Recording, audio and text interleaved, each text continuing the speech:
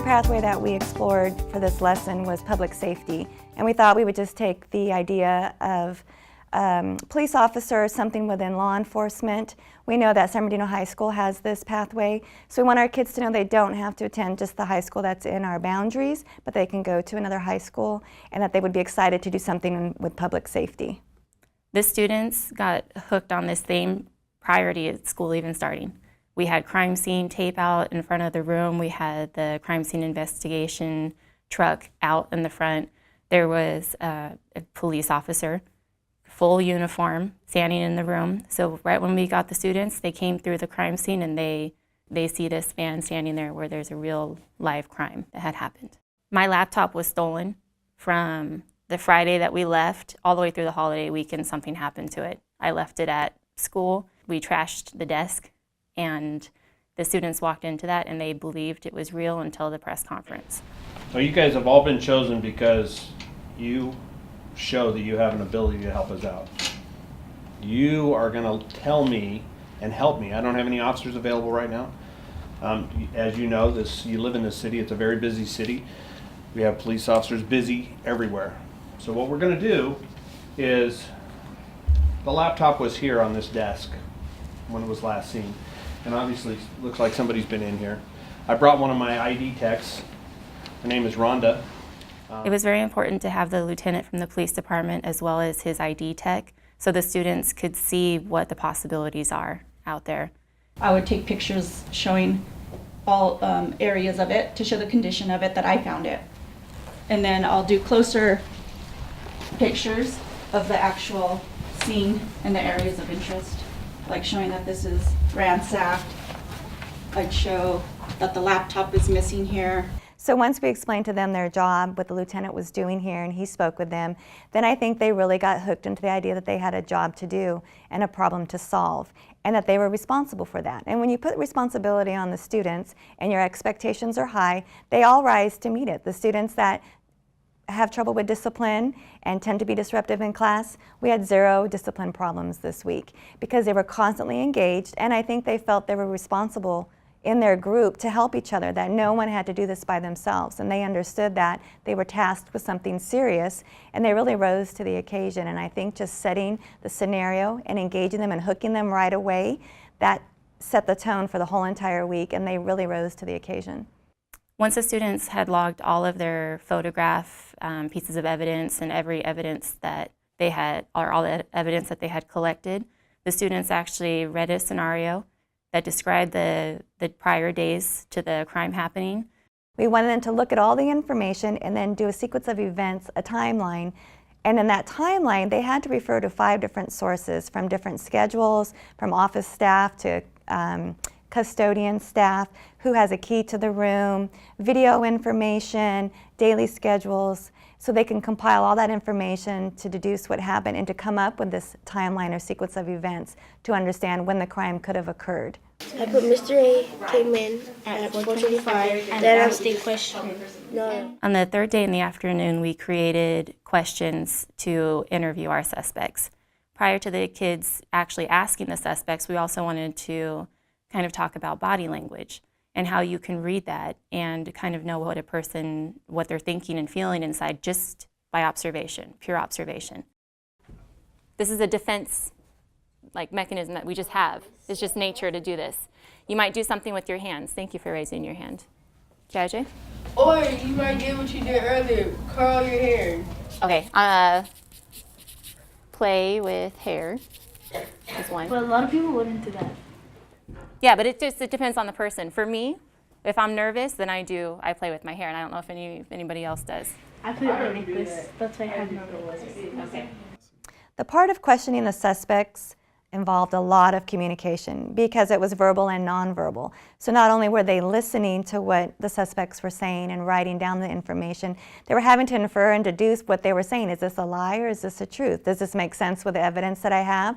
Or is this completely out of character for the person? Does it match anything that we have found? So they had to communicate not only with the suspect, then once again with each other, and again justify and provide evidence that this is why we're choosing this person based on what they've said and what we found to be true.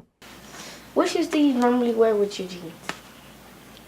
When I wear jeans, Well, it depends. If I'm at work and I'm wearing jeans and I have like a dress shirt on, I'll still wear these shoes, same shoes I wear every other day to work. No, like blue jeans. Yeah, sometimes I wear blue jeans to work if it's a day where I'm doing things that are more physical.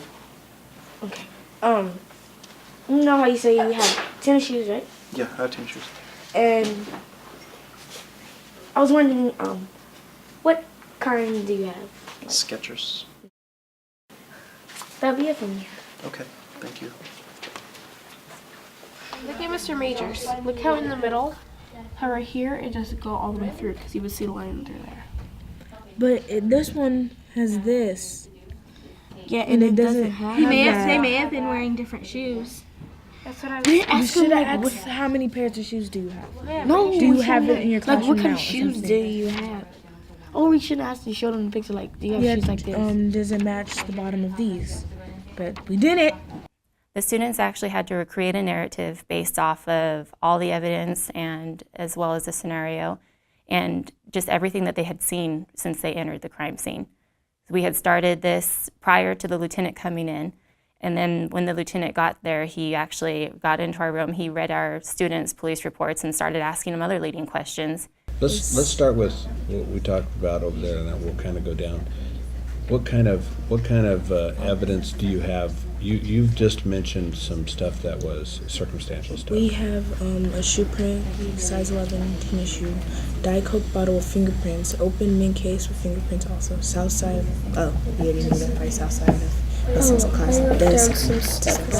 And do you think the fingerprints are a good comparison? 2 of them matched. 2 of them matched him? Yeah. And were they? You got to figure, since he's a janitor, he's in here all the time, right? Yeah. So would he leave his fingerprints normally in this room? If Yeah. is that something that would happen on a regular basis? Welcome to the Being Wong CSI press conference.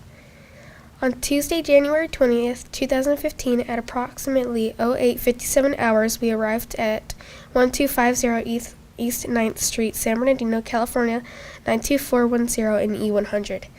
So on the last day, it was kind of the culminating day of our project. So the students had decided who their main suspect was. It was our principal, Mr. Rainbolt. We brought back all of the suspects, and they were seated in our press conference. And the students read their police report, their press release, and it actually said all the entire scenario of everything that happened from beginning to end, and then they actually named their suspect. Based on the evidence that was gathered, we believe that on Monday, January 19th, 2015, at approximately 15:40 hours, Mr. Rainbolt, principal at Wong Elementary School, entered room E100 and stole Miss Hill's Apple MacBook Pro. Thank you for your time. The CSI Forensics team for Wong Elementary School. We decided to take the students on a field trip to the police station so they could see firsthand what Lieutenant Lawhead and Officer Rhonda did on a daily basis, as well as all the different parts and jobs that involve public safety. I think it's important because they got to see the officers again in real life, away from school, they're off campus, and to see that this exists within their city that they live. And it was a positive experience. They might have already come across police officers in a negative way, and this was something they could see. I could do this, I can work here, it's not that far from my house. This is a positive thing. To see the SWAT truck and to go into the SWAT vehicle and touch things and listen to detectives and be in the interrogation room, I think they will never forget this lesson because this was a real life thing. And I think you should have some kind of culminating activity at the end of each theme to keep the kids interested, plus to let them see real life adults doing this job and not just hear it from their teacher or see a video. They need to be there and they need to be immersed in that pathway. Throughout their entire experience, the students were engaged and they didn't give up. Things didn't get easier, they got harder.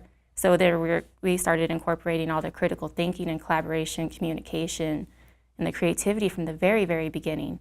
So the objective was to inspire, but in the end we ended up covering about 16 standards for 6th grade, as well as all the 21st century learning skills. It is him, because look, out of the thing, because it has another.